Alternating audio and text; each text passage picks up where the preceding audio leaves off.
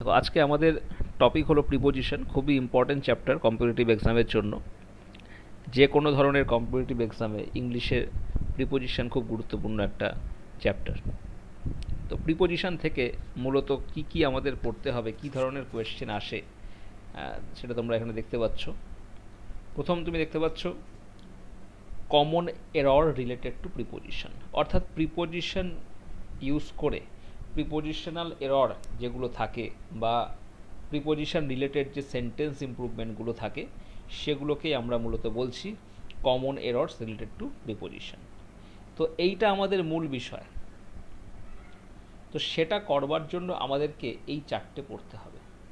1 নম্বর confusing preposition, number 2 preposition phrase, number 3 phrasal verb using preposition, আর number 4 fix preposition. তো preposition থেকে 3 ধরনের কোশ্চেন আসতে পারে। নাম্বার 1 আসতে পারে এরর ডিটেকশন,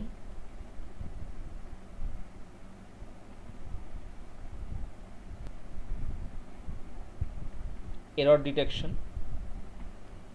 নাম্বার 2 আসতে পারে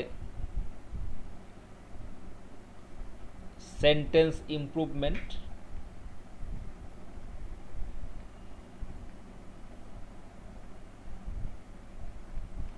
আর নাম্বার 3 আসতে পারে ফিলার্স।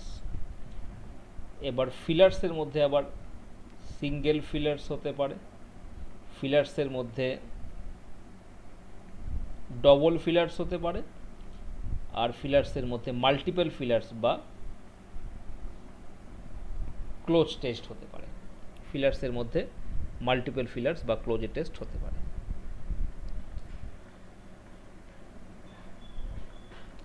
তো এই 3 ধরনের কোশ্চেন মূলত প্রিপোজিশন থেকে আমাদের পরীক্ষায় আসবে। তো আমরা মূলত কমন এরর্স বা সেন্টেন্স ইমপ্রুভমেন্ট বা ফিলার্স আমরা যে ধরনের কোশ্চেনই সলভ করি না কেন, এই 4টে জিনিস আমাদের পড়তে হবে। 1 confusing preposition, 2 preposition phrase, 3 phrasal verb, আর 4 নম্বর হচ্ছে ফিক্সড প্রিপোজিশন। এবার কনফিউজিং প্রিপোজিশন কি, আমি প্রথমে আসছি ফিক্সড প্রিপোজিশনে। ফিক্সড প্রিপোজিশন, কিছু ইম্পর্টেন্ট ফিক্সড প্রিপোজিশনের চার্ট আমি তোমাদেরকে দিয়ে দেবো, সেগুলো তোমাদের মুখস্থ করতে হবে। অর্থাৎ যে শব্দের পর যে প্রিপোজিশন ইউজ করা দরকার সেটা কিছু চার্ট রয়েছে, সেগুলো তোমাদেরকে মনে রাখতে হবে। মোটামুটি আমাদের কম্পিটিটিভ এক্সামের যে প্রিপোজিশনের ডোমেনটা রয়েছে সেখানে মোটামুটি তোমরা যদি 400 থেকে 500 এরকম ফিক্সড প্রিপোজিশন মনে রাখতে পারো তোমাদের অসুবিধা হবে না। এবার ফিক্সড প্রিপোজিশনের সাথে সাথে তোমাদের মনে রাখতে হবে কনফিউজিং প্রিপোজিশন। কনফিউজিং প্রিপোজিশন অর্থাৎ যে প্রিপোজিশনগুলো দেখে মনে হয় একই রকমের কিন্তু আমরা যখন ইউজ করি অনেক সময় কনফিউজ হয়ে পড়ি। ধরো বললাম ওপর অর্থে কি ইউজ করি আমরা? আপ ইউজ করি, আমরা অ্যাবোভ ইউজ করি, আমরা ওভার ইউজ করি। তো কোথায় আমরা অ্যাবোভ ইউজ করব, কোথায় আমরা ওভার ইউজ করব, কোথায় আমরা অন ইউজ করব, কোথায় আমরা আপন ইউজ করব? তো অন, আপন, ওভার, অ্যাবোভ সবগুলোই কিন্তু ইন্ডিকেট করছে ওপর, কিন্তু কখন কোনটা ইউজ করব? ঠিক একই রকমভাবে আন্ডার, বিলো, বিনিথ, কোথায় আমরা আন্ডার ইউজ করব, কোথায় আমরা বিলো ইউজ করব, কোথায় আমরা বিনিথ ইউজ করব। তো আন্ডার, বিলো, বিনিথ। ঠিক একই রকমভাবে টু এর সাথে টুয়ার্ডসের কী ডিফারেন্স, টিলের সাথে আনটিলের কী ডিফারেন্স, আনলেসের সাথে আনটিল বা টিলের সাথে আনটিলের কী ডিফারেন্স। ঠিক একই রকমভাবে ইনের সাথে ইনটুর কী ডিফারেন্স।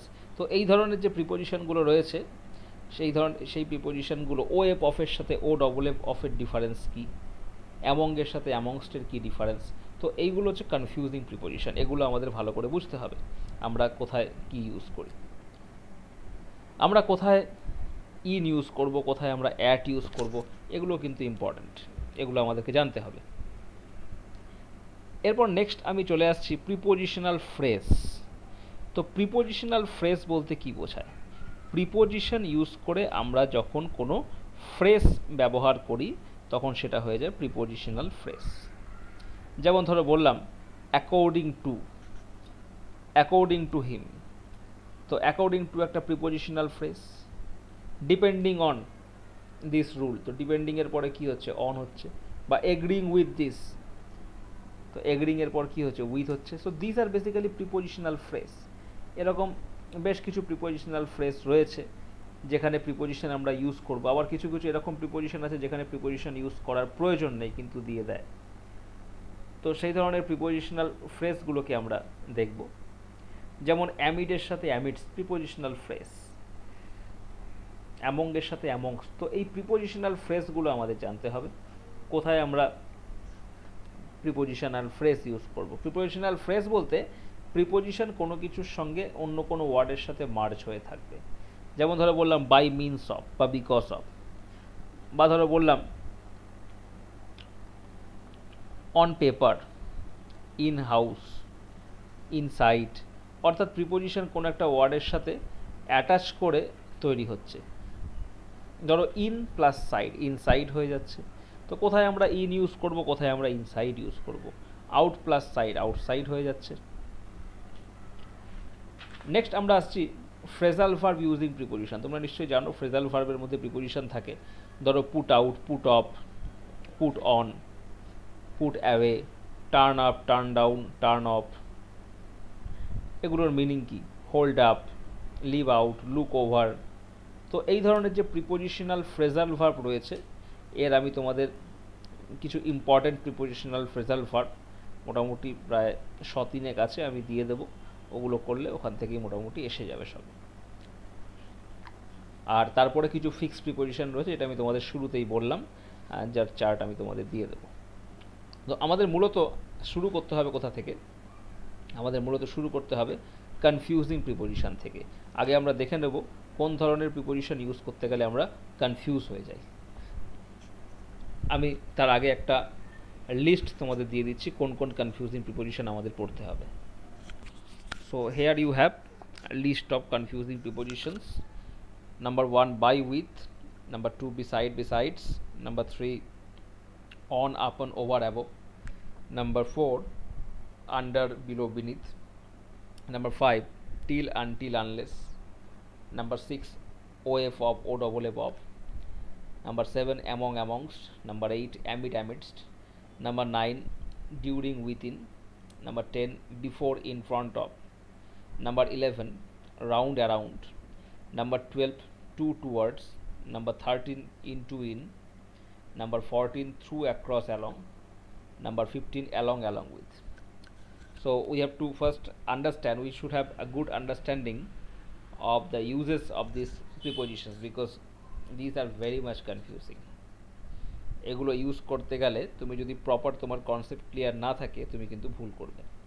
আর এই ধরনের প্রিপোজিশন দিয়েই আমাদের যে ফিলার্স বা ক্লোজ টেস্টে কোশ্চেন থাকে, অ্যাকচুয়ালি ক্লোজে টেস্ট সেটাকে পপুলারলি বলা হয় ক্লোজ টেস্ট। কেন ক্লোজ টেস্ট বলা হয়, কারণ all the options are very much closely related to each আদার।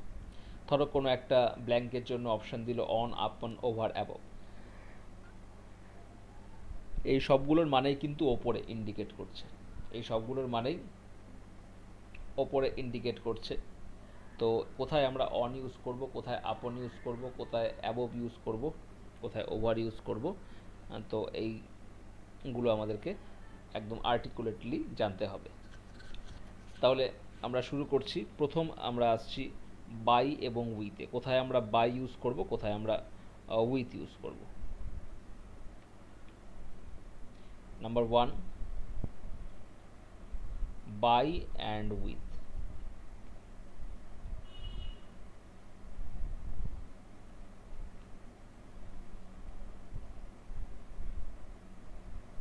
কোথায় আমরা বাই ইউজ করব এবং কোথায় আমরা উইথ ইউজ করব।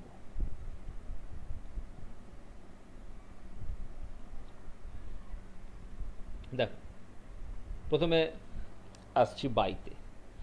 দেখো আমরা সাধারণত আমরা জেনারেলি যে ইউজ করি, বাই ইউজ করি কোনো পার্সন বা ডুয়ারের ক্ষেত্রে। এর অনেকগুলো অ্যাসপেক্ট রয়েছে, আমি ইন জেনারেল বলছি। By is used for any person or doer. By আমরা কোথায় ইউজ করি, কোনো পার্সন বা যে কাজ করে এজেন্টের ক্ষেত্রে। whereas with is used for any instrument। তাহলে আমরা বলতে পারি by is used for any person, whereas with is used for instrument. With is used for instrument. For example, ধরো বললাম I am writing dash a pen, by a pen হবে না with a pen হবে। তো সেক্ষেত্রে আমাদের দেখতে হবে এই যে ব্ল্যাঙ্কটা রয়েছে তার পরে কি আছে, পেন। পেন কিন্তু একটা ইনস্ট্রুমেন্ট, যেহেতু এটা একটা ইনস্ট্রুমেন্ট তো সেক্ষেত্রে আমরা কি বলবো, উইথ বলবো। বাট যদি আমি বলি the job was done, the job was done dash me. এবার মি যেহেতু একটা পার্সন, তাহলে আমরা সেখানে কি বলবো, বাই বলবো। অর্থাৎ কোনো পার্সনের ক্ষেত্রে আমরা বাই ইউজ করব, আর কোনো ইনস্ট্রুমেন্টের ক্ষেত্রে আমরা উইথ ইউজ করব। এটা আমাদের বেসিক ডিফারেন্স। এছাড়াও বাইয়ের ইউজ কোথায় কোথায় হয় সেগুলো আমি তোমাদের সাথে আলোচনা করছি, কোথায় কোথায় আমরা বাইয়ের ইউজ করতে পারি। সাম মোর ইউজেস অফ বাই। দেখো, প্রথমত কোনো জিনিসের কাছাকাছি, নিয়ার বোঝাতে, নাম্বার ওয়ান নিয়ারনেস বা নিয়ার সামবডি বা সামথিং।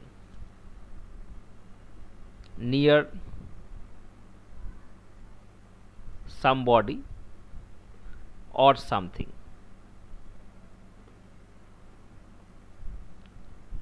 যে কোনো কিছুর নিয়ারনেস বোঝাতে আমরা কি ইউজ করি, বাই ইউজ করি।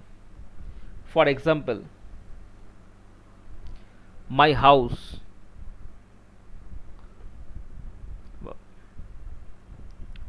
my house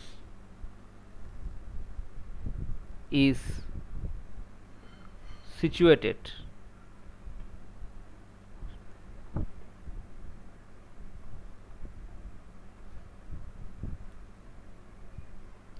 by the river। অর্থাৎ বাই দ্য রিভার মানে আমরা বলতে পারি নদীর পাশে বা নদীর কাছাকাছি। বা আমরা এরকমভাবেও বলতে পারি, মাই হাউস ইজ সিচুয়েটেড না বলে আমরা এরকমভাবেও বলতে পারি a guest house by the river. A guest house by the river. অর্থাৎ নদীর কাছাকাছি কোনো গেস্ট হাউস। বা ধরো বললাম come and sit by me, অর্থাৎ এসো আমার নিকটে বসো। Come and sit by me. তাহলে নিয়ারনেস বোঝানোর জন্য আমরা বাই ইউজ করি। নেক্সট, কোনো কিছুর রেজাল্ট বোঝানোর জন্য something happens as a result. Something happens as a result.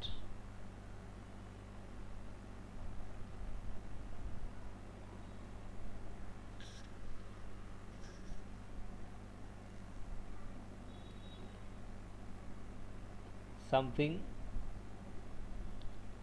Happens by result. অর্থাৎ কোনো কিছুর ফলস্বরূপ কিছু হয়েছে। ধরো বললাম ইট ওয়াজ বাই আ মিস্টেক, তো ইট ওয়াজ বাই এ মিস্টেক। অর্থাৎ ইট ওয়াজ অ্যাকচুয়ালি, দেখো ইট ওয়াজ বাই মিস্টেক হয়, বাই এ মিস্টেকটা হয় না। এটাও কিন্তু প্রিপোজিশনাল ফ্রেজ, এখান থেকেও কিন্তু কোশ্চেন আসতে পারে। ইট ওয়াজ বাই মিস্টেক। বা আমরা বলতে পারি উই মেট বাই চান্স। ধরো বললাম উই মেট বাই চান্স, অর্থাৎ হঠাৎ করে আমাদের দেখা হলো। We met by chance.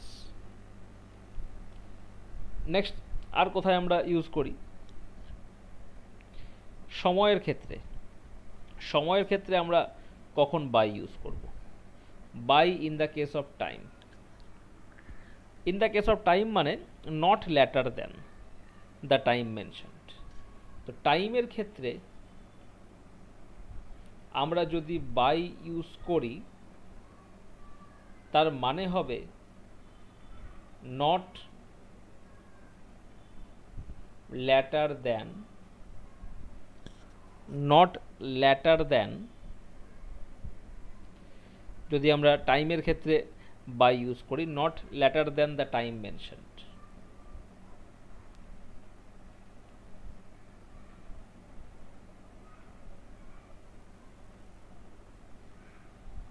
Not later than the time mentioned, বা আমরা এরকমও বলতে পারি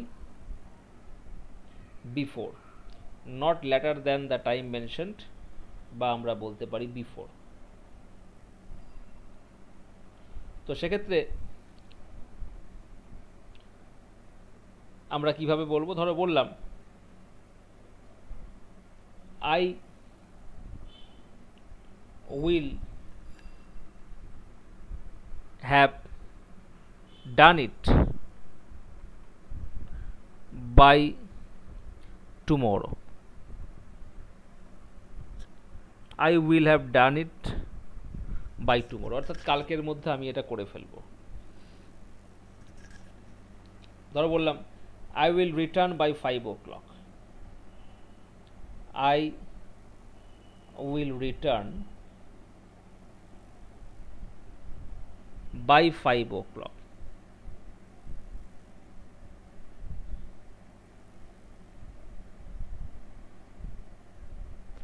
by 5 o'clock I will return, অর্থাৎ 5টার মধ্যে আমি ফিরে আসবো, অর্থাৎ 5টার পরে হবে না।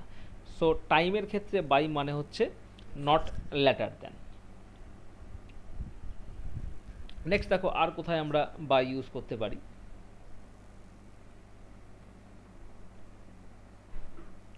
4 নম্বর,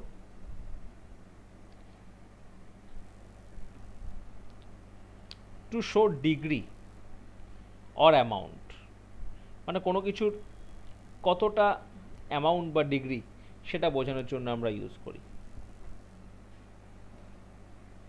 ডিগ্রি বা অ্যামাউন্ট বোঝানোর জন্য আমরা ইউজ করি।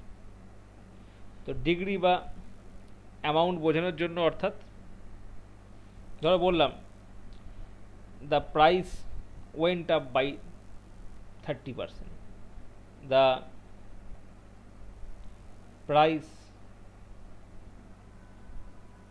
of petrol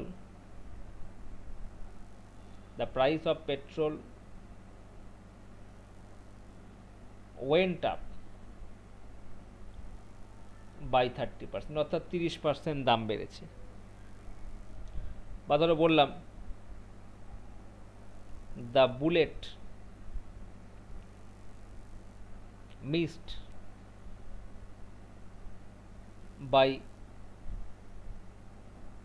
2 inches।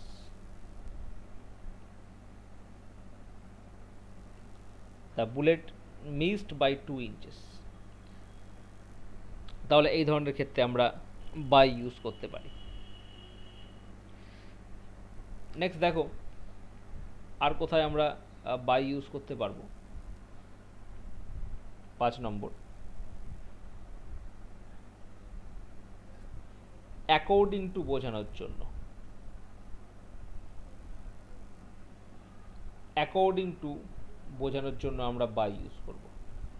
According to অর্থাৎ ধরো বললাম by law smoking is prohibited here. ধরো বললাম by law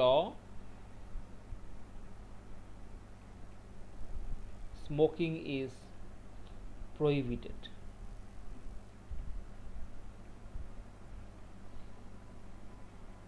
by law smoking is prohibited here, অর্থাৎ আমরা কোনো কিছু অ্যাকর্ডিং টু বা এর দ্বারা বোঝানোর জন্য আমরা বাই ইউজ করতে পারি। এছাড়াও ধরো বললাম it is 5 o'clock by my watch, অর্থাৎ according to my watch it is 5 o'clock, বা by me it is 5 o'clock। তাহলে এই ধরনের ক্ষেত্রে আমরা বাই এর ইউজ করতে পারি। আর বাই এর সাথে উইথের ডিফারেন্সটা তো আমি আগেই বললাম, বাই এর সাথে উইথের ডিফারেন্স ইনস্ট্রুমেন্ট এবং সামবডির ক্ষেত্রে।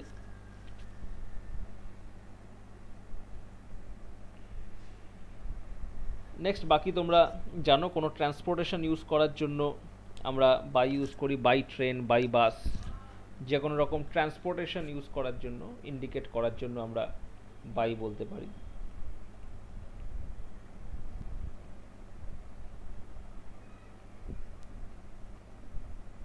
ট্রান্সপোর্টেশন ইউজ করার জন্য আমরা বলতে পারি, ধরো বললাম by bus, by train, by bus, by train, etcetera. But ফুটের ক্ষেত্রে কিন্তু মনে রাখবে অন ফুট হয়, বাই ফুট হয় না।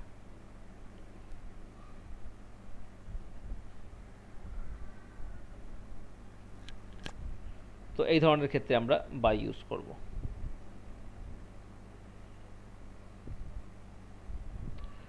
নেক্সট দেখো, তাহলে আমরা বাই আর উইথের মধ্যে ডিফারেন্সটা দেখে নিলাম। নেক্সট আমাদের লিস্টে যেটা রয়েছে beside comma besides.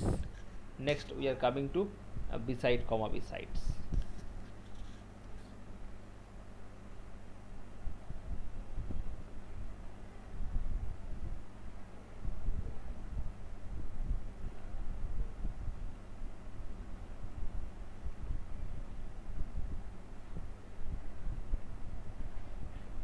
Beside comma besides.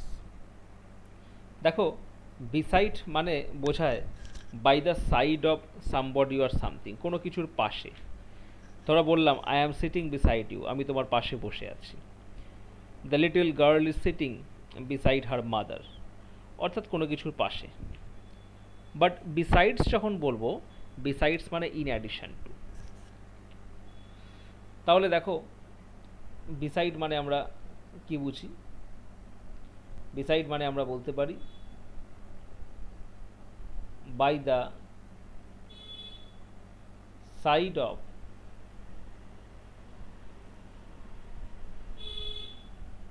somebody or something,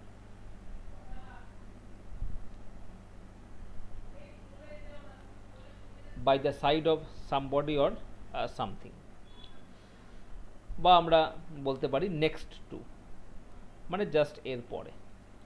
but যখন আমরা বিসাইডস বলছি, বিসাইডস মানে something extra, something extra, or আমরা এরকমভাবে বলতে পারি in addition two, something extra or in addition two. তাহলে দেখো, আমি দুটো এক্সাম্পল এখানে লিখছি। ধরো বললাম the little girl was sitting beside her mother. The little girl was sitting beside her mother. Our next example,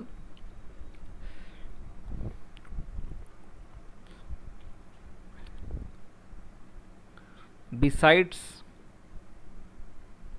my relative I invited my friends. Besides my relative I invited, beside my relatives I invited my friends to my birthday party.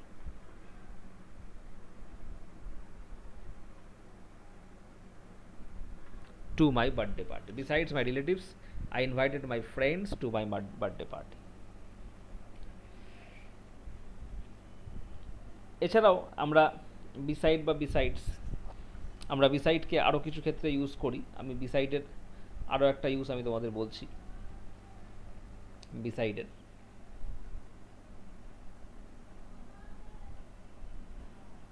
বিসাইডকে আমরা compare করার ক্ষেত্রেও কিন্তু use করি। আমরা compare করার ক্ষেত্রে বিসাইডকে use করি। ধরো বললাম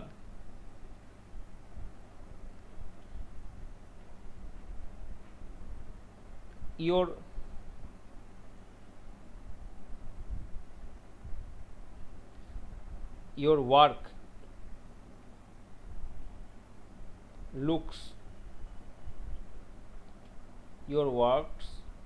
looks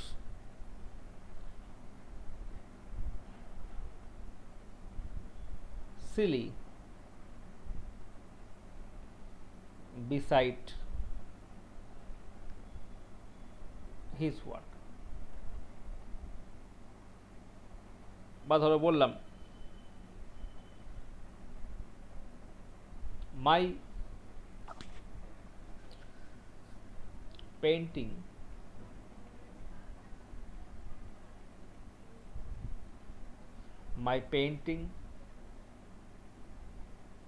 looks childish beside yours।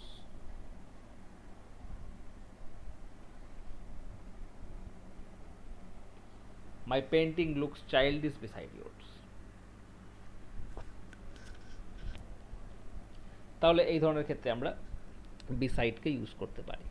But বিসাইডের সাথে বিসাইডসের যে ডিফারেন্স, বিসাইড মানে হচ্ছে by the side of somebody or something, whereas besides মানে হচ্ছে something extra or in addition to. Next দেখো আমাদের পরবর্তী লিস্টে রয়েছে অন, আপন, ওভার, অ্যাবোভ।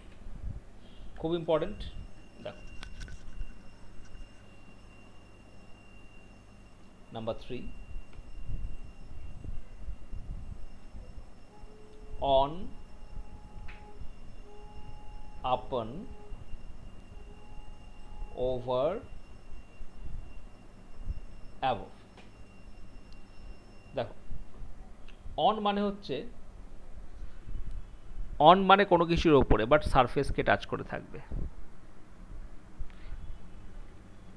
যেমন ধরো বললাম the cat is sitting on the floor, there is a bag on the head, the basket is on the table। অর্থাৎ on আমরা কখন ইউজ করব? when there is a touch, মানে যখন দুটো জিনিস টাচ করে রয়েছে, কোনো কিছুর ওপরে থাকবে ডেফিনেটলি, কিন্তু টাচ করে থাকবে। মনে রাখবে, এবং অনের ক্ষেত্রে তোমাদের মনে রাখতে হবে যে জিনিসটাকে আমরা অনের রেফারেন্সে বলছি সেটা রেস্টে রয়েছে। তো আমরা বলতে পারি it is used for something, it is used for something which is at rest, it is used for something which is at rest and touching the surface, and touching the, it is used for something which is at rest and touching the surface। অর্থাৎ যেটা রেস্টে থাকবে এবং সারফেসকে touch করে থাকবে। কিন্তু আপনের ক্ষেত্রে মনে রাখবে, আমি এক্সাম্পল দিয়ে বোঝাচ্ছি দুটোই। আপনের ক্ষেত্রে মনে রাখবে it is used for something which is in motion, মানে যেটা মোশনে রয়েছে, which is in motion from one end to other, from one end to other without touching the surface, without touching the surface, অর্থাৎ সারফেসকে touch না করে। For example ধরো বললাম the cat is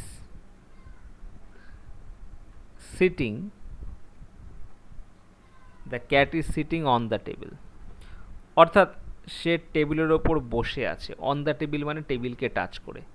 but যদি আমি বলি দ্য ক্যাট স্প্র্যাং, তখন কিন্তু আমাদের বলতে হবে upon the table, the cat sprang upon the table, অর্থাৎ সে টেবিলের এক পাশ থেকে অন্য পাশে জাম্প দিল। ধরো এটা টেবিল, ক্যাট কি করলো, টেবিলের এ পাশ থেকে এ পাশে জাম্প দিল, তো এক্ষেত্রে কি হবে, আমরা আপন ইউজ করব। আর যখন ক্যাট টেবিলের ওপর বসে থাকবে তখন আমরা কি বলবো, অন ইউজ করব। অর্থাৎ on is used for something which is at rest and touching the surface, whereas upon is used for something which is in motion from one end to another without touching the surface, অর্থাৎ সারফেসকে touch না করে যদি কোনো মোশনে থাকে। এবার দেখো আপনের use আরেক জায়গায় আমরা করতে পারি, এটা তোমরা নোট করে নেবে। আপন ইজ অলসো ইউজড, আপন is also used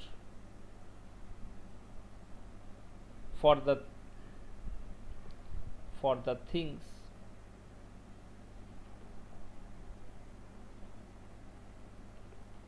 which are about to happen in near future, which are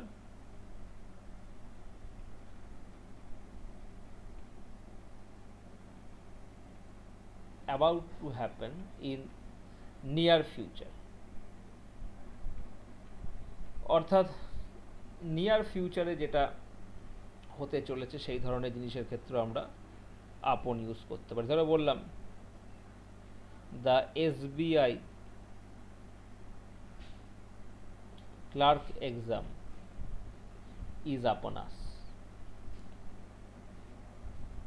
অর্থাৎ SBI ক্লার্কের এক্সাম হতে চলেছে, SBI clerk exam is upon আস। বা ধরো বললাম the Diwali is upon us, Diwali is upon us, অর্থাৎ যে জিনিসটা ভবিষ্যতে হতে চলেছে, অদূর ভবিষ্যতে, তার জন্য আমরা আপনের ইউজ করতে পারি। নেক্সট দেখো ওভার। ওভারের সাথে অ্যাবোভের ডিফারেন্স কি? ওভার মানে মনে রাখবে it is use for the things which are vertically above, অর্থাৎ যেটা vertically, anything which is vertically above something may be denoted by over, অর্থাৎ ভার্টিক্যালি অ্যাবোভ অর্থাৎ সোজাসুজি ওপরের দিকে কোনো বস্তু বোঝানোর জন্য আমরা ওভার ইউজ করি। আমি এক্সাম্পল দিচ্ছি ওভারের ক্ষেত্রে। ধরো বললাম at noon the sun is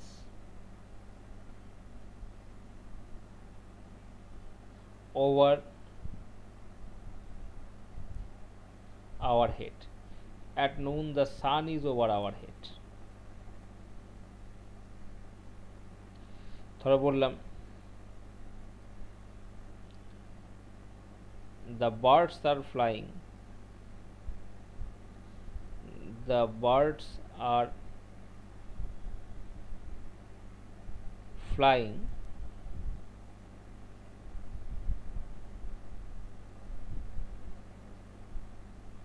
over our head, the birds are flying over our head, অর্থাৎ ভার্টিক্যালি অ্যাবভ যে কোনো কিছু বোঝানোর জন্য। তাহলে আমরা অ্যাবভ কোথায় ইউজ করব? অ্যাবভ মানে হচ্ছে হায়ার দ্যান, মানে কম্পেয়ারের ক্ষেত্রে higher than with respect to some third object, with respect to third object, অর্থাৎ কোনো থার্ড অবজেক্টকে ইন্ডিকেট করতে আমরা অ্যাবভ ইউজ করি, with respect to some third object. ধরো যখন বললাম the birds are flying over our head, সেক্ষেত্রে ওভার হচ্ছে। কিন্তু যদি আমি বলি দ্য birds are flying, the birds are flying above the cloud,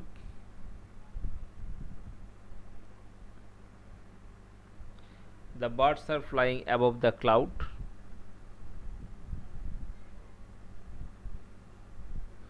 তো সেক্ষেত্রে আমরা যখন ক্লাউডের ওপরে বোঝাচ্ছি আমরা অ্যাবভ ইউজ করব, the birds are flying above the cloud, অর্থাৎ তৃতীয় কোনো অবজেক্টের রেসপেক্টে।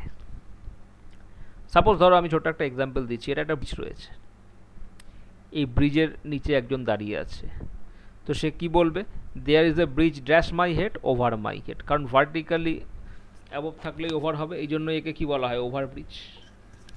এবার ধরো এটা হচ্ছে ব্রিজ 1, এর ওপরে আরেকটা ব্রিজ রয়েছে, ব্রিজ 2। এবার যদি বলা হয় ব্রিজ 2 ইজ ড্যাশ ব্রিজ 1, তখন কি হবে, অ্যাবভ ব্রিজ 1, কারণ ব্রিজ 2 হাইটটাকে আমরা ব্রিজ 1 এর রেসপেক্টে ইন্ডিকেট করছি, তো সেক্ষেত্রে bridge 2 is above bridge 1। So this is the difference. এবং দেখো সাম মোর ইনফরমেশন অ্যাবাউট ওভার। ওভারকে আমরা কোথায় ইউজ করতে পারি? ওভারকে আমরা ইউজ করতে পারি কভারিং, কোনো কিছু কভার করে আছে, সেই কভারিং বোঝানোর জন্য আমরা ওভারকে ইউজ করতে পারি। Someone or something covering. ধরো বললাম একটা example, she put her hands,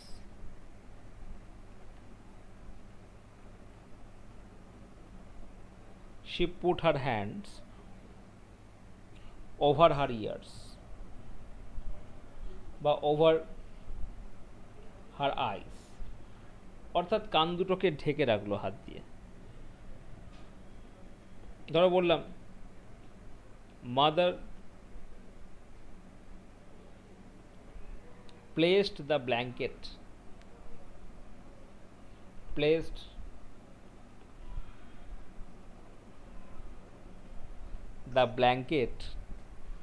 over her child, অর্থাৎ ধরো শিশুটি ঘুমাচ্ছে, তার উপরে ব্ল্যাঙ্কেট চাপা দিল, কভার করে দিল।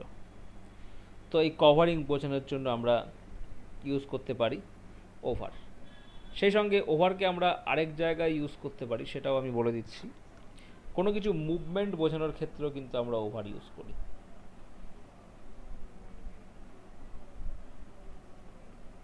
কোনো কিছু মুভমেন্ট বোঝানোর জন্য আমরা ওভার ইউজ করি।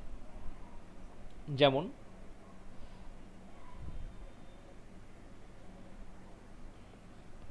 ধরো বললাম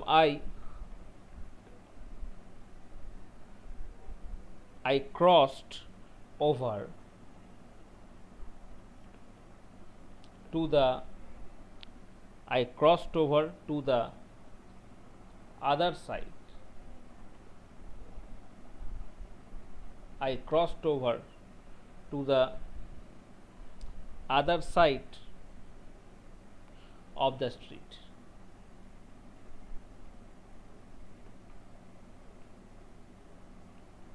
I crossed over to the other side of the street.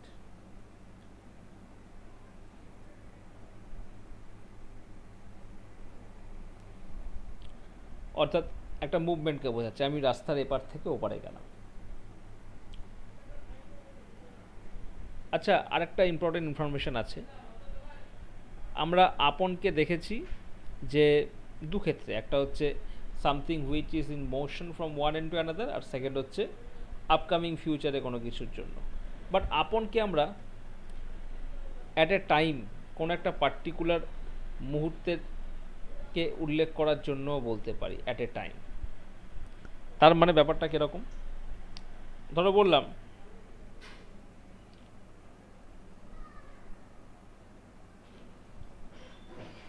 আপন the death of his grandfather, upon the death of his grandfather, he becomes the owner of the property. He becomes the owner of the property. অর্থাৎ তার গ্র্যান্ডফাদারের মৃত্যুর পরে সে সমস্ত প্রপার্টির মালিক হলো। So upon the death of his grandfather he become the owner of the property. অর্থাৎ আপনকে আমরা use করব কী হিসাবে? কোনো একটা পার্টিকুলার টাইম বোঝানোর জন্য আমরা আপনকে ইউজ করব। তাহলে আমরা দেখে নিলাম on, upon, over, above. Next দেখো পরবর্তী যে কনফিউজিং প্রিপোজিশন রয়েছে 4 নম্বর, সেটা হচ্ছে আন্ডার, বিলো, বিনিথ। আমরা কোথায় আন্ডার ইউজ করব, কোথায় বিলো ইউজ করব, আর কোথায় বিনিথ ইউজ করব। দেখো আন্ডার, বিলো, বিনিতে আমি প্রথমে আন্ডারে আসছি। আন্ডার কোথায় আমরা ইউজ করব? ইট is use to indicate lower level of place. এটা কি ইন্ডিকেট করে? ইট is use to indicates lower level of place. প্লেসের লোয়ার লেভেলকে এটা ইন্ডিকেট করে। আর বিলো কোথায় ইন্ডিকেট করে? বিলো হচ্ছে basically it means rank. It is used to indicate lower level of position or rank. So basically it indicates lower level of position or rank. আমি example দিচ্ছি। ধরো lower level of place under, he is standing dash the shade. তাহলে definitely এখানে কি হবে? সে শেডের নিচে দাঁড়িয়ে আছে, অর্থাৎ আমরা কি বলবো? Under the shade. But he is standing dash the shadow, এটা ইম্পর্টেন্ট। শেডের সাথে শ্যাডোর কি ডিফারেন্স? শেড মানে হচ্ছে ধরো এইটা হচ্ছে একটা শেড, এই শেডের নিচে কেউ দাঁড়িয়ে আছে এইখানে, তো এক্ষেত্রে কী হবে? Under the shade. কিন্তু শ্যাডো মানে কি? শেডের নিচে যে জায়গাটায় লাইট পড়ে না, শেডের নিচে যে জায়গাটায় অন্ধকারাচ্ছন্ন, তাকে বলা হয় শ্যাডো। শেডের নিচে যে জায়গাটায় লাইট পড়ে না তাকে বলা হয় শ্যাডো। তাহলে আমরা কি বলতে পারি? হি is standing dash the shadow. He is standing কি হবে? In the shadow. He is standing in the shadow, অর্থাৎ ইন দ্য শ্যাডো মানে সে শ্যাডোতে দাঁড়িয়ে আছে। শ্যাডোর নিচে কেউ দাঁড়ায় না, শ্যাডোতে দাঁড়ায়, এই জন্য হবে ইন দ্য শ্যাডো। কিন্তু শেডের নিচে দাঁড়িয়ে থাকে, এই জন্য হবে আন্ডার দ্য শেড। যদি কেউ গাছের নিচে দাঁড়িয়ে থাকে, হি is standing under the tree.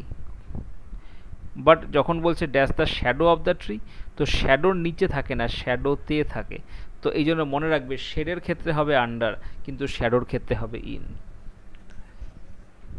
Next দেখো আমরা আসছি বিলোতে। বিলো মানে আমি কি বললাম? Lower level of position. Lower level of position অর্থাৎ আমরা এক্সাম্পল দিতে পারি। ধরো বললাম the sergeant of a police force, the sergeant of a police force is below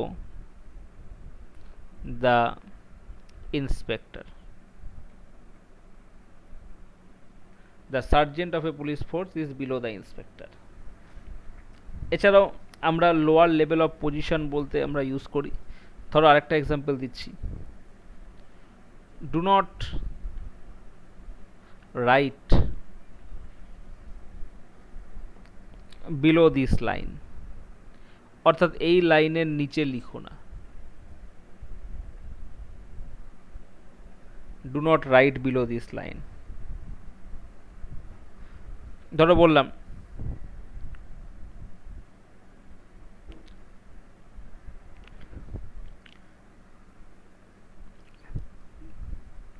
school children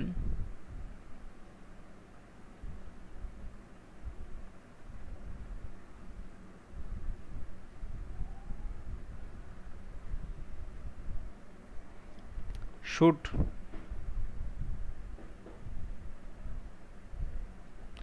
wear pants below the knee, below the knee, অর্থাৎ হাঁটুর নিচে পর্যন্ত প্যান্ট পরবে, অর্থাৎ লোয়ার লেভেলকে ইন্ডিকেট করছে। এবার নেক্সট আমরা চলে আসছি বিনিথ। বিনিথ মানে কি ইন্ডিকেট করে? বিনিথ মানে ন্যারো গ্যাপকে ইন্ডিকেট করে বা কভার্ড বাই সামথিং ইন্ডিকেট করে। সো বিনিথ ইন্ডিকেট করে ন্যারো গ্যাপ, মানে বিনিথ মানে আন্ডার কিন্তু খুব কম ডিস্টেন্সে। তো বেটার হয় তুমি এটা কেরম ভাবে লেখো, ইট মিনস আন্ডার, এটা আন্ডারকে ইন্ডিকেট করে বাট খুব ন্যারো গ্যাপ, মানে খুব কম ডিফারেন্স, ন্যারো গ্যাপ। বা আমরা বলতে পারি something covered by another thing, covered by. For example ধরো বললাম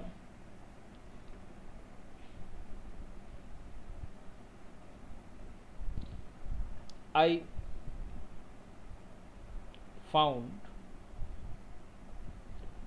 some gold coins,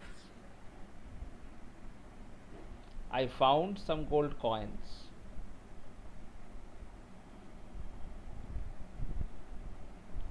beneath the pile of leaves, I found some gold coins beneath the pile of leaves, অর্থাৎ পাতা দিয়ে ঢাকা। তো বিনিথ বেসিক্যালি ন্যারো গ্যাপ বা আন্ডারকে indicate করে। আচ্ছা, এর আগে আমি তোমাদের বাই যখন করিয়েছিলাম কয়েকটা কোশ্চেন আমি এক্সট্রা এখানে দিয়েছি, এটা করতে হবে। বাইয়ের ক্ষেত্রে বলেছিলাম by is used for person, ink with is used for instrument. যেমন I am writing with a pen, ঠিক আছে, I am writing dash and ink pen. এখানে যখন তুমি বলছো I am writing dash a pen, পেনের ক্ষেত্রে উইথ এ পেন, কারণ পেনটা হচ্ছে ইনস্ট্রুমেন্ট। যদি বলি I am writing dash and ink pen, তো ইঙ্ক পেনটাও একটা ইনস্ট্রুমেন্ট, তো সেক্ষেত্রে আমরা কি বলবো, উইথ অ্যান ইঙ্ক পেন। বা যদি আমরা বলি I am writing dash ink, তো ইঙ্কের ক্ষেত্রে আমরা কি বলবো, ইন বলবো, I am writing in ink.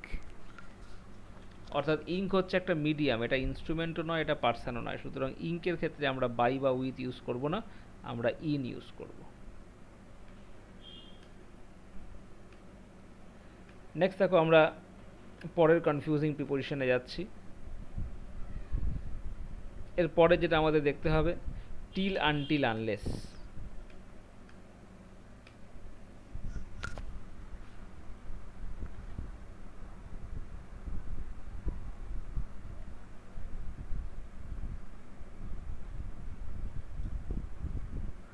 Till until unless, till until unless. দেখো টিল আমরা কোথায় ইউজ করব? টিল আমরা ইউজ করব up to a certain time, it indicates up to a certain time. For example ধরো বললাম I will teach till 9 PM, অর্থাৎ 9টা পর্যন্ত আমি পড়াবো, 9টার আগে আমি ক্লাস শেষ করব না। আনটিল কি? আনটিল হচ্ছে একটা conditional conjunction, it is used for condition. কি ধরনের condition? Time condition, time related কন্ডিশনের জন্য এটা ইউজ হয়। ধরো বললাম I shall wait here,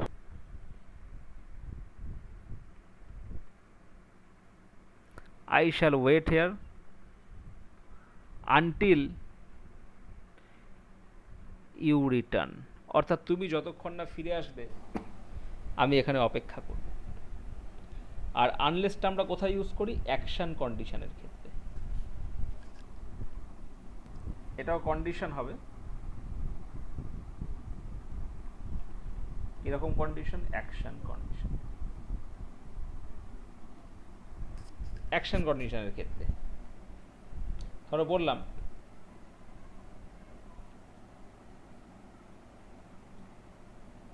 you cannot do well unless you work hard,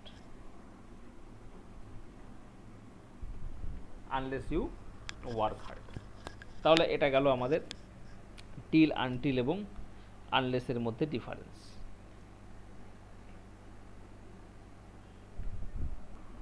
next দেখো, এবার আমরা কয়েকটা মিসসেলিনিয়াস ছোটো ছোটো করে নেবো, যেগুলো চার্টে আমি দিয়েছিলাম সেগুলো আগে আমি করে নিচ্ছি।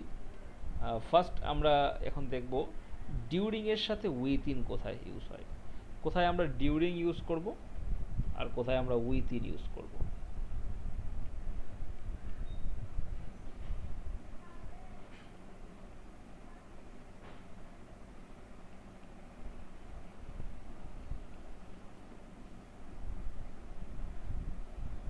কোথায় ডিউরিং ইউজ করব, কোথায় উইথ ইন। দেখো ডিউরিং হচ্ছে when time and time interval is not fixed, that is indefinite, অর্থাৎ টাইম ইন্টারভালটা যেখানে ফিক্সড নয়। ধরো বললাম during his absence she led the team, অর্থাৎ যতক্ষণ সে ছিল না ততক্ষণ সে টিমটাকে লেড করেছে। বা ধরো বললাম during the absence of the caretaker somebody stole the bike। ধরো বললাম these medicine shops are opened during all season। ধরো বললাম these shops are closed during winter। বা ধরো বললাম I will message you during vacation, অর্থাৎ কোনো একটা টাইম ইন্টারভালকে বোঝানো হচ্ছে যেটা ফিক্সড নয়, ইনডেফিনাইট টাইম ইন্টারভাল। কিন্তু উইথ ইনটা আমরা যখন ইউজ করি যেখানে একটা ডেফিনিট স্প্যান থাকে। ডেফিনিট স্প্যান কখন হবে? যখন স্টার্টিং এবং এন্ডিং টাইম দেওয়া থাকবে। ধরো বললাম the job must be completed with in a week, বা ধরো বললাম you must do it with in 2 hours,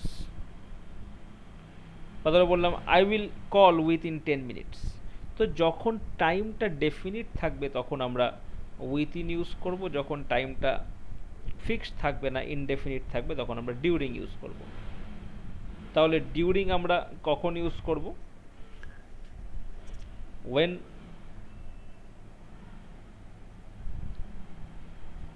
when time or time interval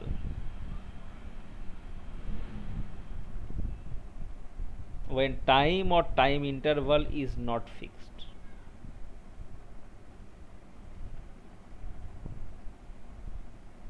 when time or time interval is not fixed, that is indefinite।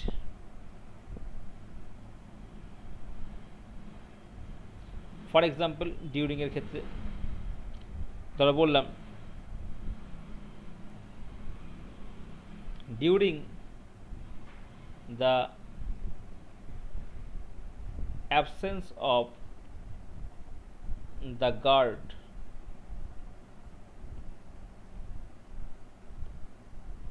someone entered the premises।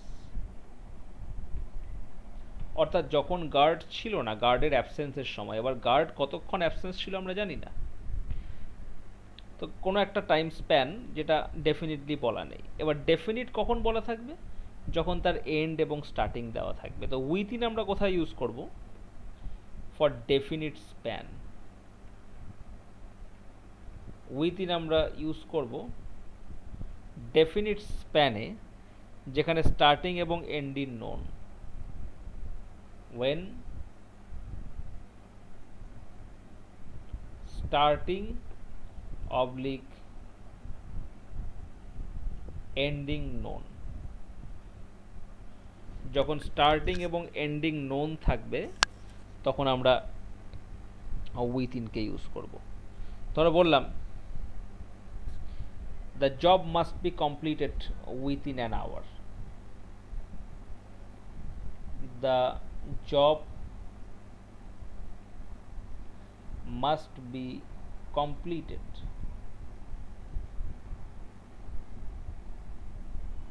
within an hour, অর্থাৎ 1 ঘন্টার মধ্যে কাজটা complete হবে। আমি আরেকটা example দিচ্ছি, I will return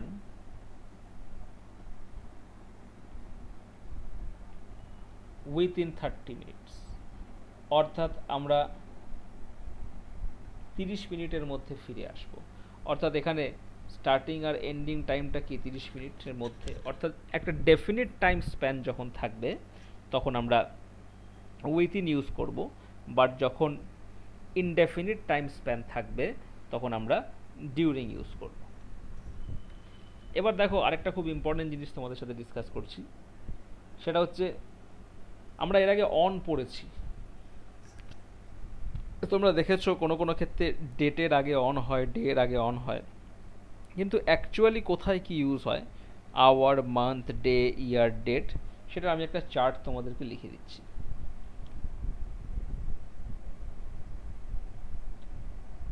তোমরা এখানে অনটা পড়েছো, আমি এই অনের এই পেজে লিখে দিচ্ছি বা তার পরের পেজে লিখছি। এদিকে লিখছি টাইম,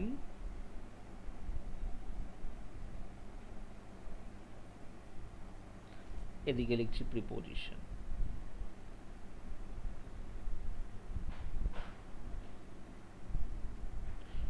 টাইম আর প্রিপোজিশন।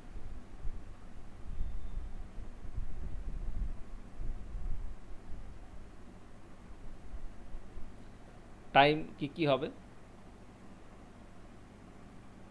আওয়ার হতে পারে,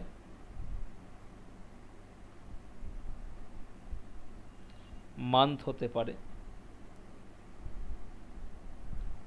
ডে হতে পারে, ইয়ার হতে পারে, ডেট হতে পারে। এবার সেক্ষেত্রে আমরা কার ক্ষেত্রে কি প্রিপোজিশন ইউজ করব সেটা আমাদের মনে রাখতে হবে। দেখো যদি কখনো আওয়ার থাকে, আওয়ারের আগে আমরা অ্যাট ইউজ করব। যদি মান্থ থাকে, মান্থের আগে আমরা ইন ইউজ করব, ইন জানুয়ারি, ইন ফেব্রুয়ারি। যে কোনো পার্টিকুলার ডে যদি থাকে, অন সানডে, অন মানডে, আমরা অন ইউজ করব। যদি কোনো ইয়ার থাকে, ইয়ারের আগে আমরা ইন ইউজ করব।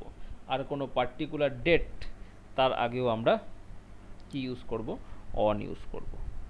তো এগুলো বেসিক জিনিস, এগুলো আমাদের মনে রাখতে হবে, আমরা লিখতে গিয়ে এগুলো যেন মাথায় রাখি। নেক্সট দেখো, আমরা এর পরে আরেকটা ইম্পর্টেন্ট তথ্য নিয়ে ডিসকাস করব, বিফোরের সাথে ইন ফ্রন্ট অফের কি ডিফারেন্স।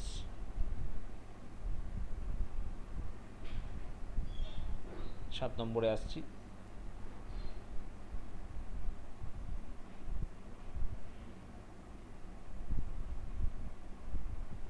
বিফোরের সাথে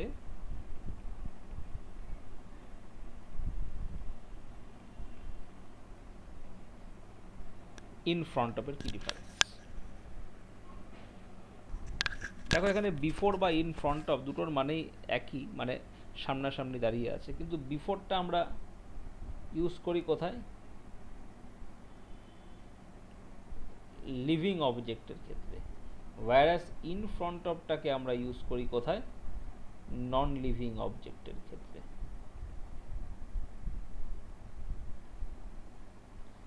ইন ফ্রন্ট অফটাকে আমরা ইউজ করি নন লিভিং অবজেক্টের ক্ষেত্রে। তো বিফোর আমরা কোথায় ইউজ করবো, আমি কয়েকটা এক্সাম্পল দিচ্ছি। ধরো সে তার বাবার সামনে কিছু বলল, he spoke before his father.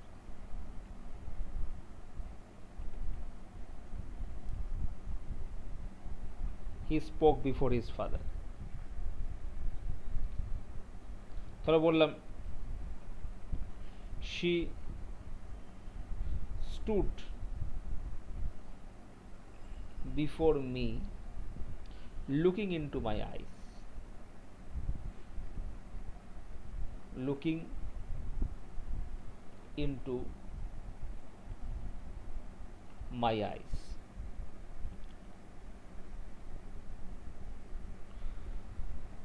But Warsaw যখন আমরা ইন ফ্রন্ট অফ বলবো নন লিভিং এর ক্ষেত্রে, তখন আমরা কি বলবো? In front of general non living এর ক্ষেত্রে হয় হি is standing in front of mirror, তখন আমরা বিফোর বলবো না, হি is standing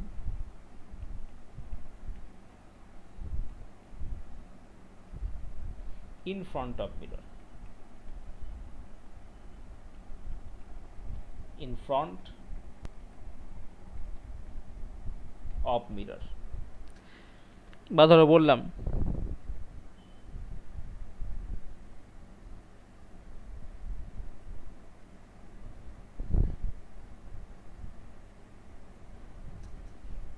do not give up, do not give up, you have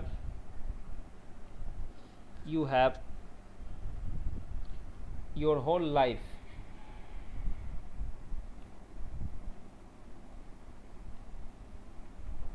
you have your whole life in front of you।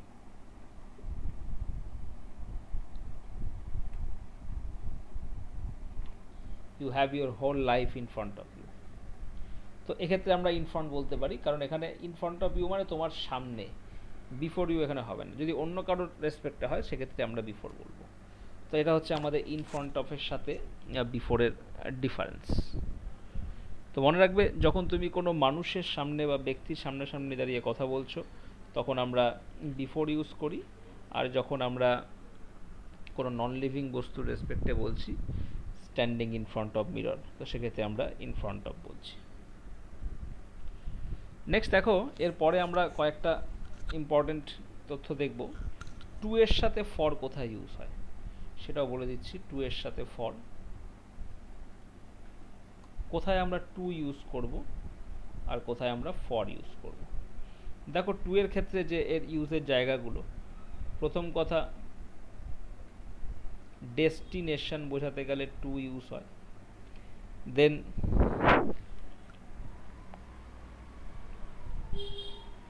Time বোঝানোর জন্য, ধরো বললো হোয়াট টাইম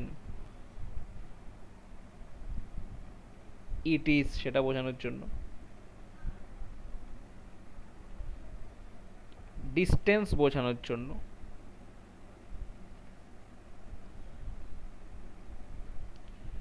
কম্পেয়ার করার জন্য টু ইউজ করি। কোনো কিছু কাউকে দিলে আমরা টু ইউজ করতে পারি। কোনো মোটিভ বা রিজনের ক্ষেত্রে আমরা টু ইউজ করতে পারি। এবার আমি এক্সাম্পল দিলে তোমরা বুঝতে পারবে। ধরো ডেস্টিনেশন, ধরো বললাম আই অ্যাম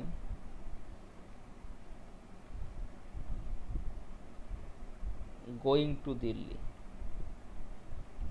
এটা destination. Then what time it is, ধরো বললাম it is a quarter to two, it is a quarter to two, মানে দুটো বাজতে এক কোয়ার্টার বাজে। ডিস্টেন্স আমরা কি বলতে পারি, ধরো বললাম 10 miles to go, বা 10 miles from my home to college। আমরা কম্পেয়ার করার জন্য কোথায় ইউজ করি, ধরো বললাম I prefer playing to sleeping, অর্থাৎ আমরা প্লেয়িং এবং স্লিপিংয়ের মধ্যে খেলাধুলোকে প্রেফারেন্স দিচ্ছি। গিভের ক্ষেত্রে ধরো বললাম I gave it to you. আর এরপরে মোটিভ বা রিজনের ক্ষেত্রে আমরা কি বলবো, ধরো বললাম আই কেম হেয়ার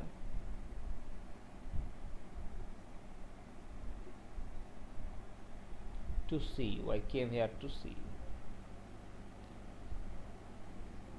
তাহলে আমরা টু বললাম। এবার নেক্সট আমরা বলছি ফর। ফর আমরা কোথায় ইউজ করব?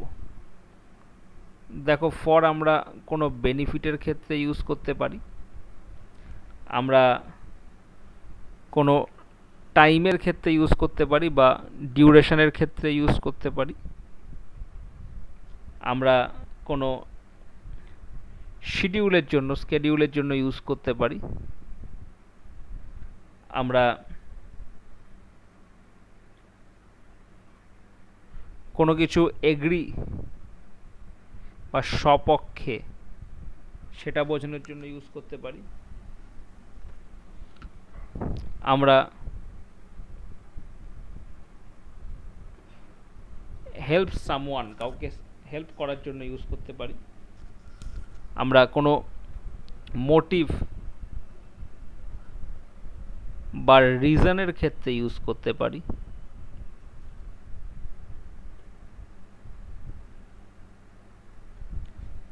তাহলে এগুলো আমাদের মনে রাখতে হবে। আমি এক্সাম্পল দিচ্ছি একটা একটা করে। ধরো বেনিফিট, ধরো বললাম lemon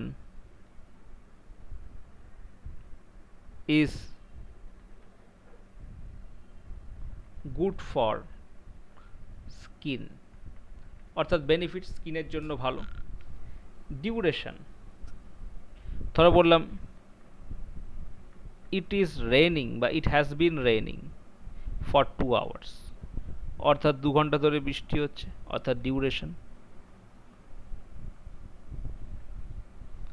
it has been raining for 2 hours। যে কোনো শিডিউল স্কেডিউলের ক্ষেত্রে ইউজ করা হয়। ধরো বললাম আই মেড অ্যান অ্যাপয়েন্টমেন্ট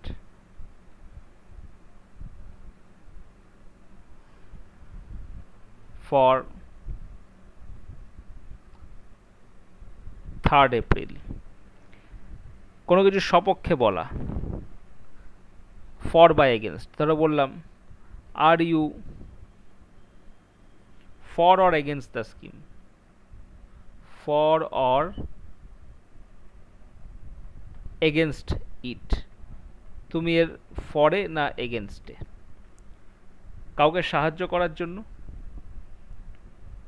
ধরো বললাম হি ব্রিংস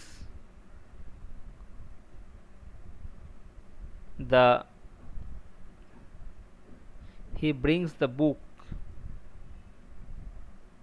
ফর মি, আমার জন্য, অর্থাৎ হেল্প সামওয়ান। দের মোটিভ বা রিজন, ধরো বললাম let's go out for a walk, let's go out for a walk, অর্থাৎ চলো এক রাউন্ড হেঁটে আসি। অর্থাৎ মোটিভ বা রিজনের জন্য আমরা কি ইউজ করি, মোটিভ বা রিজনের জন্য আমরা ফর ইউজ করি। তো এই টু আর ফরের মধ্যে ডিফারেন্স কোথায় কোথায় আমরা ইউজ করবো এটা মাথায় রাখতে হবে।